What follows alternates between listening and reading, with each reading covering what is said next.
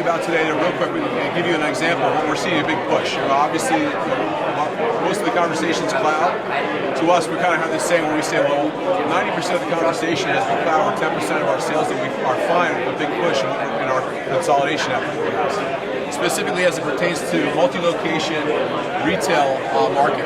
We have some very large marquee accounts that have come to us and have asked us, based on our ability to provide internet over anything, best in class, based on geography, to provide the customers with an arbitrage environment that says, depending upon your service location, whether you're an AT&T footprint or UVerse might be the optimal solution for broadband access at a competitive cost. If you're in Verizon footprint, maybe it's their Fios data.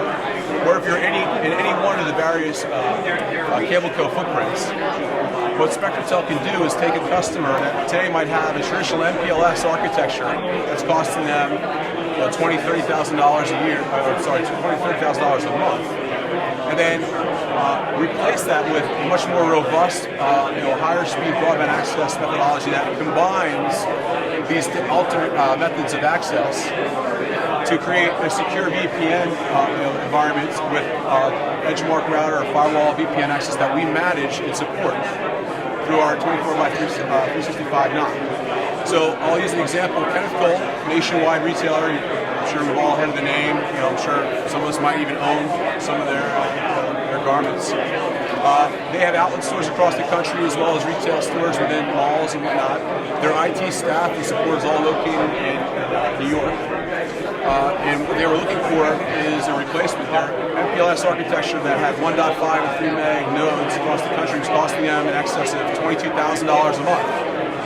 They have a POS system that required more throughput capacity, but it's just not economical to grow an MIT1 environment MPLS to get the kind of throughput capacity that they need.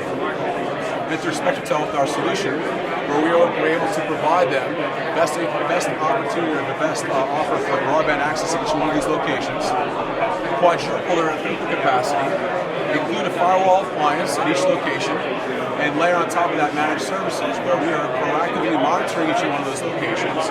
Even though they're located on the East Coast, we're able to, if a location, regardless of what time of the day of the week, whether it's a holiday, if we see that there's any sort of interruption or degradation of service, we can automatically, proactively open a trouble ticket, truck roll out to that facility if need be, and provide hands-on service where required. And now the customer, instead of paying $23,000 a month, is now paying $12,000 a month. For now, what they look to be is a single source solution. They do not have to call the multiple providers themselves. Spectrotel now becomes that single source, that one throat to choke. We're all familiar with Staples. We've done the same thing with Staples.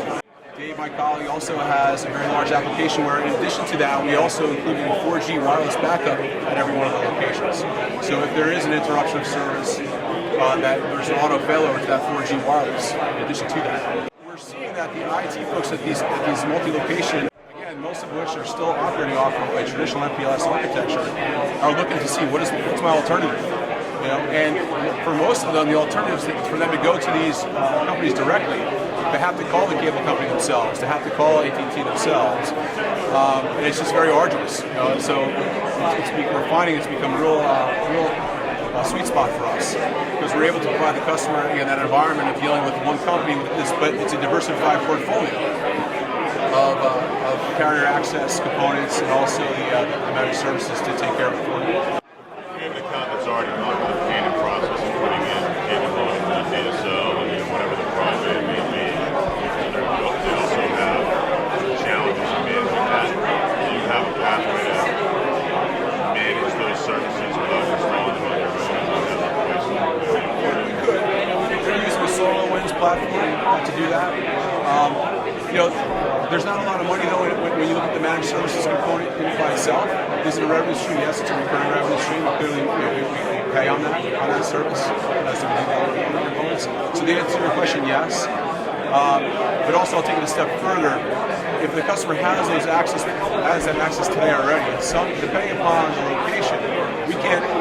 Even though we're a non-facilities-based wholesaler, we can't flip it like we would onto our platform. We do consider rebuilding in some cases where it makes sense, where we would have to, but we prefer to put in new and then then layer the managed services on top. That's what we're looking for. That's where we're finding the most margin, as far as being a win-win too for everyone. But if you have a client today that needs the managed services, we would love to take a look at it and provide you a proposal just for that and let you know, what do we offer under the managed services piece, what does it cost, and how we do it. Voice optimizing for some of the cost levels and what you offer. We have different options. If someone wants to layer the voice onto that, so you can, depending if there's enough capacity on the transmission itself to facilitate their data requirements. We can also we have some SIP options as well. They want to utilize SIP. They have an existing phone system. They want us to put in some sort of analog adapter, or if they're looking for a PRI handoff, we can utilize any one of those types of solutions. A lot of the retailers that we're running into are moving away from having analog lines and they're putting in hosted solutions. So how does your product work? What you're putting on site have the ability to voice optimize? Absolutely. The customer wants to basically get rid of the old analog. And they're having the broadband access now. I have all this throughput capacity. Now I'm going to throw my POS, my VPN back to the hub, but I also want to put the voice on there.